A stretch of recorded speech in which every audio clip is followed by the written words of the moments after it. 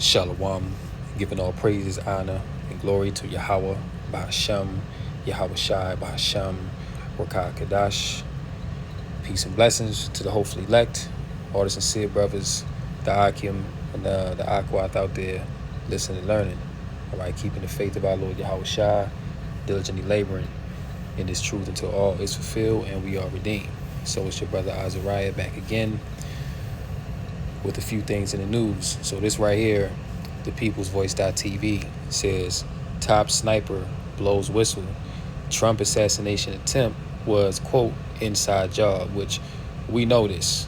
We know from looking at the video of the actual event and also the narrative surrounding it that this whole thing was one big psyop. And one thing about it, Esau's witchcraft is not working like it used to. People are not captured by this man's witchcraft anymore. And this is why you have so many people now that are on these different social media platforms, TikTok, Facebook, Instagram, and they airing Esau out.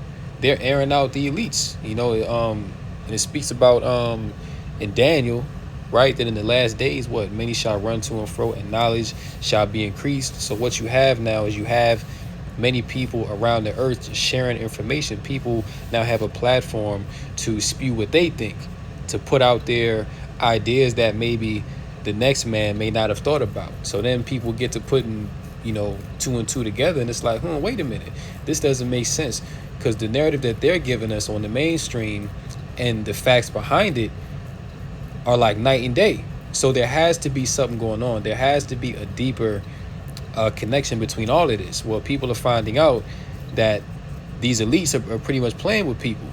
All right, now you do have the majority of people, right? The majority of people, they're going to be deceived by what Esau is bringing. All right, they're going to buy the narrative. They're not going to question anything. But at the same time, you also do have a growing number of people that are questioning things more, and that's because Esau getting sloppy. People are looking back to the whole CV-19 thing that popped off in 2020, and they're looking at how that snake venom was pushed back in 2021, and they see, wait a minute, well, the narrative that they put out there that this is good for you, and this is to curb the spread and all this, right? All that BS narrative that they told you. Well, look at the aftermath of it. Look at the results of people taking that procedure. All right. Many people are going back to the spirit world behind that. People have family members, people that they work with, close associates, friends that are no longer here because they took that procedure, or their life has severely been altered. You see? So people don't trust this man. They don't trust the leadership anymore. This is why it says in 2nd Ezra, the 15th chapter, that they shall not regard their kings nor princes, because the people are like, y'all been pushing us lies all this time. It speaks about that as well in Jeremiah the 16th chapter. Our fathers have inherited us lies and things when there is no prophet. So we're in a time now where there's a great awakening, not only amongst the Israelites, but amongst the nations as well. They're waking up to the BS that's been taught to them pretty much since birth.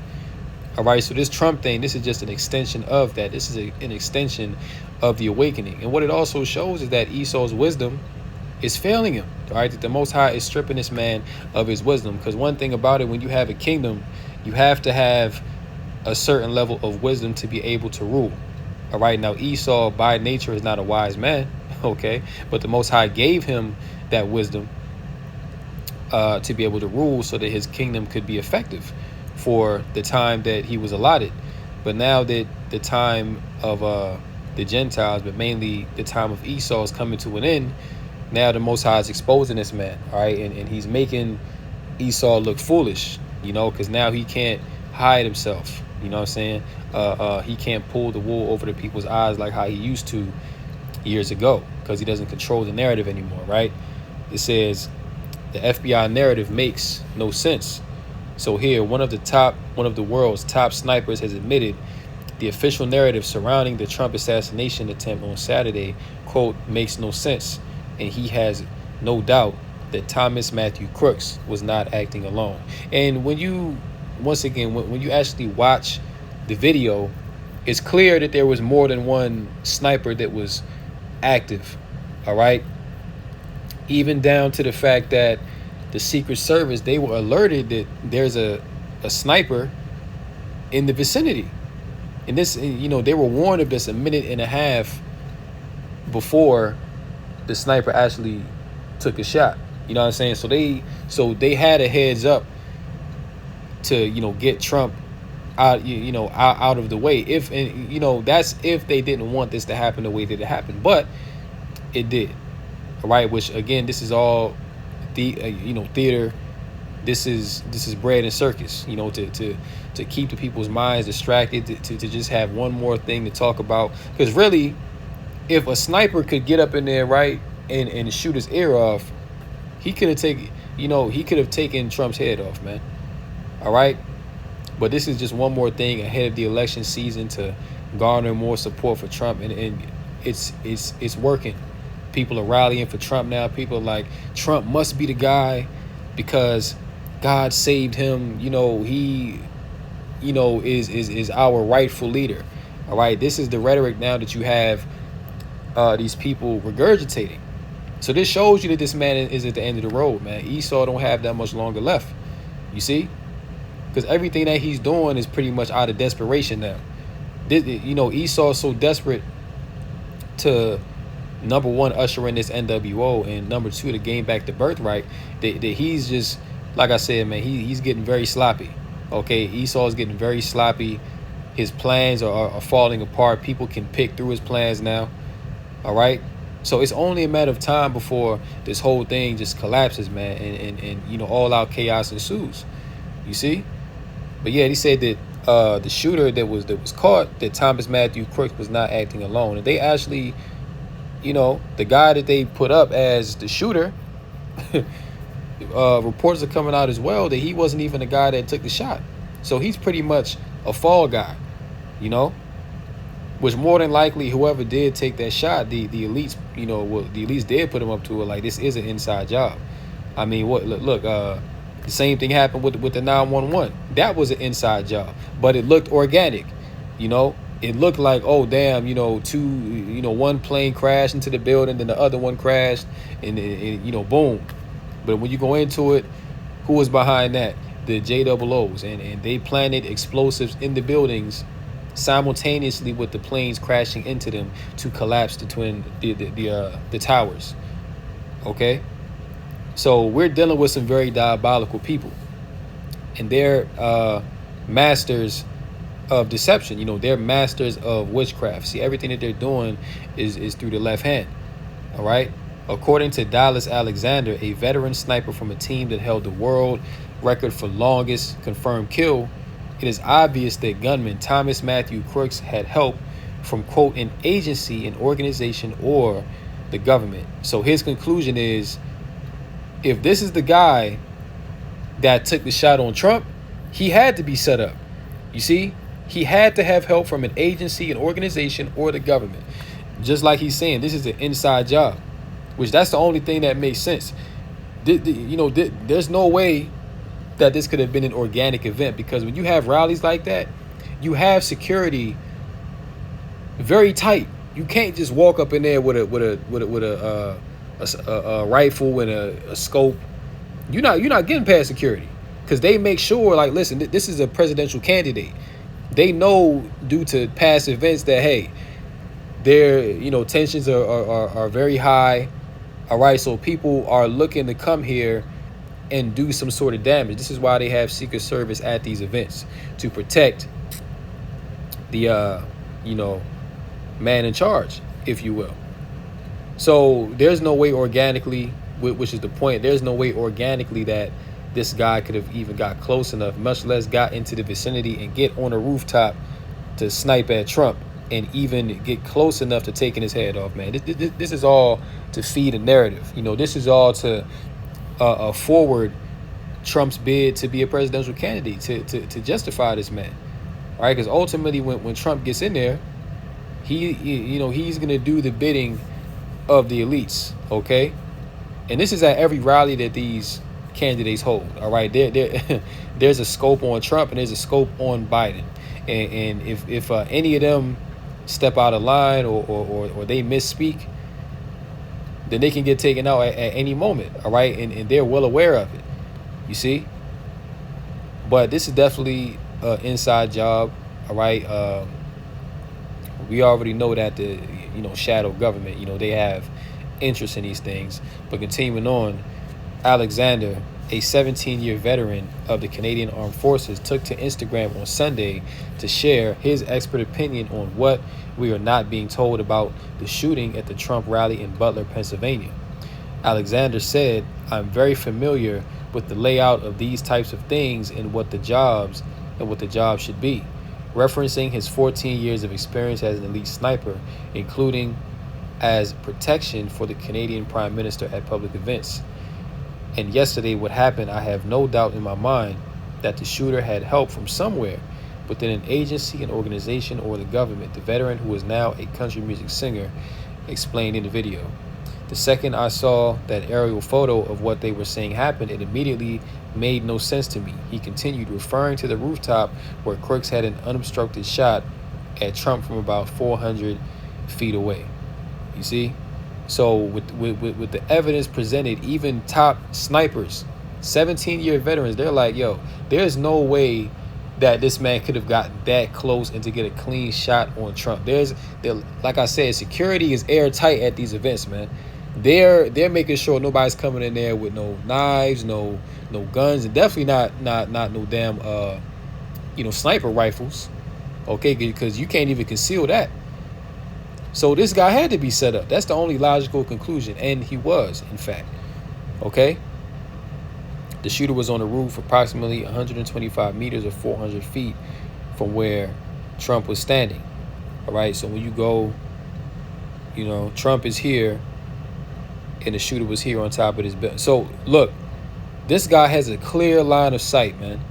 All right? He has a clear line of sight, and who knows how long he was up there. But snipers are known to, being a sniper, you have to have an extreme amount of patience. Okay? You have to have that virtue of patience, man, because you have to wait for the right time to strike your target, because the whole point of a sniper is to get a one-shot kill. Okay? Because if you're a sniper and you miss that shot, then now pretty much the whole thing is fucked up. You know what I'm saying? Because now people are gonna, run for cover, and you're not gonna be able to get your target back, man. So being a sniper, you have to wait for the right opportune time. You gotta test the wind. You know what I'm saying? Like, you have to take everything into account, man. And this is why expert snipers like the one that we're reading about, he knows. He's like, listen, there's no way that this guy could have been, just some lone wolf out there. Like, this guy had some help, for sure. Right? It says, you don't even need to be a sniper. It's the most fucking obvious thing. The most obvious place in the world, he said. You could be like a 7th grader. Like, what do we have to do for security? Well, let's look at these rooftops that are almost within zeroing range of a rifle. Exactly. Look how close to this building is to the rally. You mean to tell me, listen, at these events, they have to secure everything at least within a 600-mile radius of the actual event, man, because they know that snipers can be set up. All right? So within at least a 600-mile radius of the event, everything is locked down. Okay? Like I said, security is airtight, man. Like, nobody is going to be on a roof. Nobody's going to be in a damn window somewhere. Everything is checked out.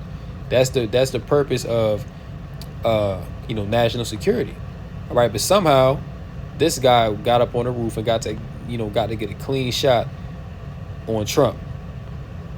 How else is this possible unless he had help, man? All right? A Secret Service sniper eventually killed Crooks after he got multiple rounds off toward the rally. And then on top of that, he was able to get multiple rounds off, man. He was able to get multiple shots. So it's obvious that, this guy wasn't the best shooter in the world. As a matter of fact, he's a poor shooter. Okay? Because he only got the ear, man. Now, you think that this guy, what's his name? Dallas Alexander. Do you think if he was the one behind the rifle, that he wanna took Trump's head clean off. This guy's a 17-year veteran, man. So he knows his shit. All right. So this whole thing, man, the more information that comes out, and it's only been a few days, but the more information that comes out, it's gonna expose more and more that look, the government is playing with the minds of the people, man. All right, and they have been for a very long time. But hey, Esau's wisdom is failing them. Isaiah 47:1, come down and sit in the dust, O virgin daughter of Babylon, which is America. Right? Sit on the ground, there is no throne, O daughter of the Chaldeans.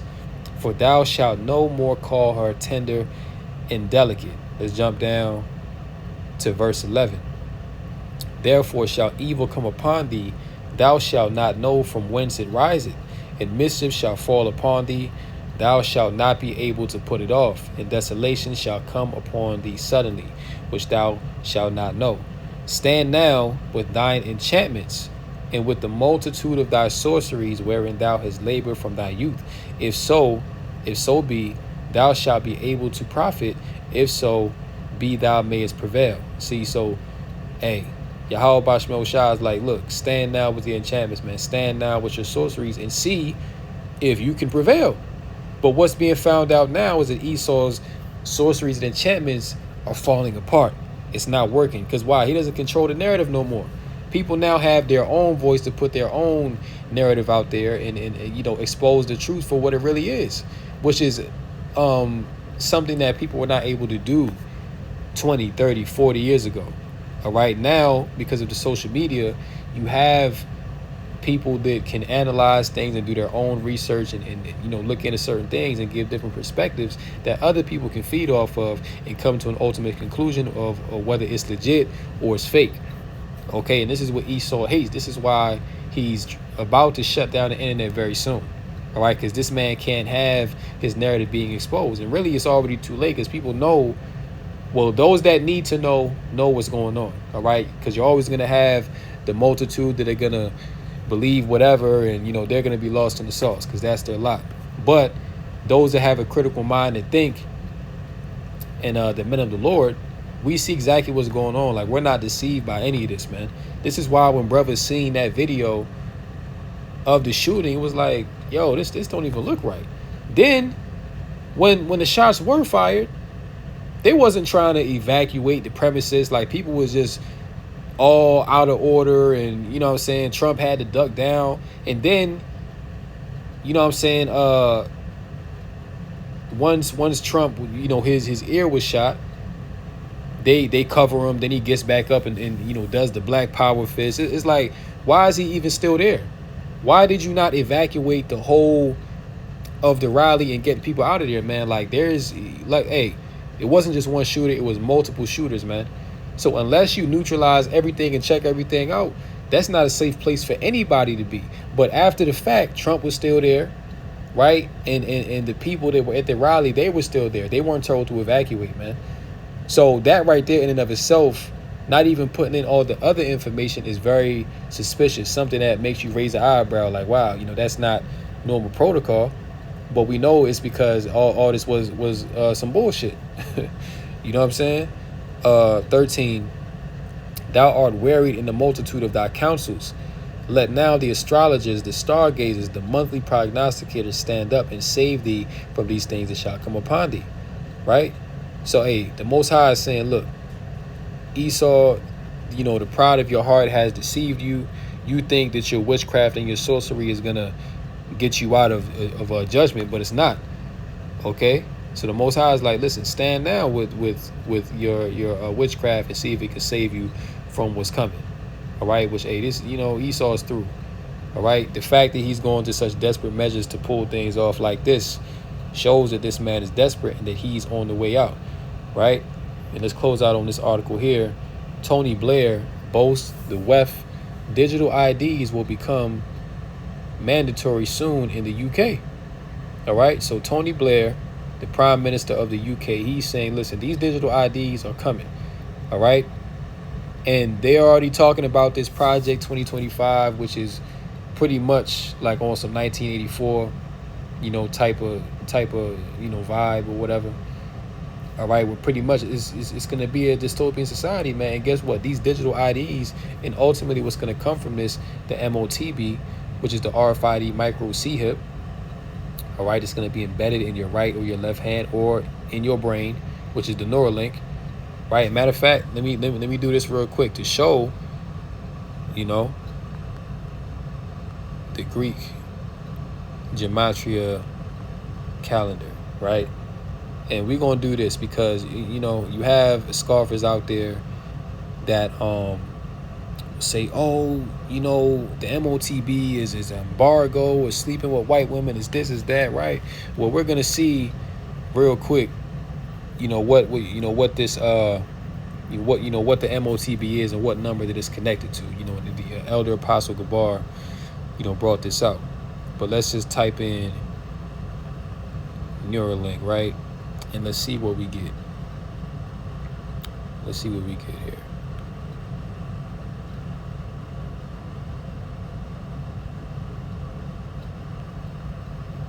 But,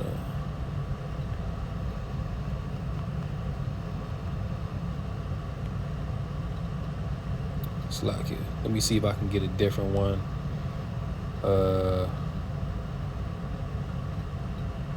Bear with me one moment. Let's type in Neuralink.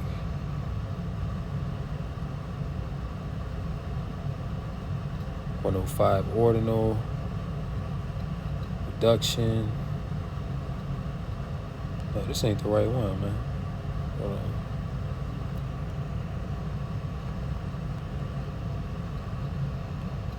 It's crazy. I just did this, but this isn't the exact. Yeah, this isn't the exact one. Bear with me one moment, family. Because for some reason, it's not putting out the right value. It's because it's supposed to give you the Greek, right? It's supposed to give you the Greek and the numerology behind it, but for some reason, this is a weird one. Yeah, it's crazy, man. I just did this. You know, I literally just did this. I don't remember exactly what website.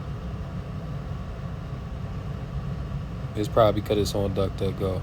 But you know what? Lord willing, you know, after this lesson, you know, I'll get the correct format and I'll upload it so you brothers and sisters can see, man. But this Neuralink, all right, in that rice grain, man, that's directly tied back to 666 in the Greek. And of course, we know it says in Revelation 13th chapter that it's the number of a man, right? And that man is Esau, Edom, okay? And who's responsible for pushing this thing? It's the Edomite.